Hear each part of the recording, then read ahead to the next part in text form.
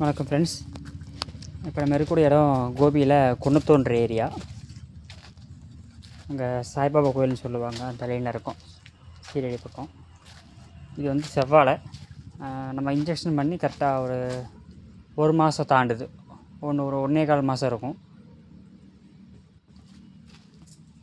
Field எப்படின்னு பார்த்துட்ருக்கீங்க. Main வந்து நம்ம கொடுக்குறதுக்கு என்ன ரீசன் பார்த்தீங்கன்னா, அடித்தண்டு ஊக்கம் வர்றதுக்காக மெயின். அது வாழையோட வளர்ச்சிக்காக மெயின். அதுக்காக தாண்டி வந்து அந்த பச்சை அப்படியே வாழையில மெயின்டைன் ஆகிறதுக்காக மெயின்.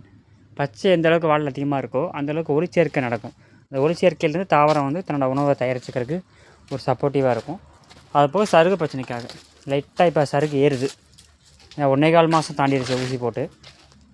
1.5 மாதம் இருக்கும். ஒரே ஒரு டோஸ் மட்டும் போட்டிருக்கு.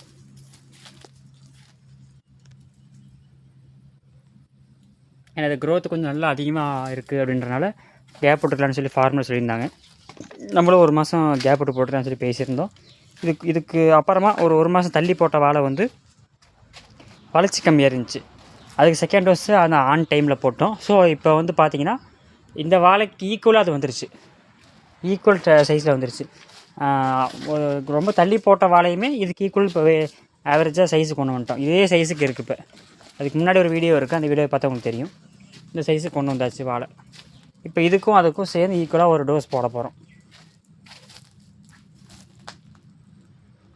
வாழை தெளிவாக இருக்குது. சருகு லைட்டாக ஆரம்பிக்குது. இப்போ நம்ம போட்டோம் அப்படின்னா அப்படியே டப்புன்னு அரெஸ்ட் பண்ணிக்கலாம்.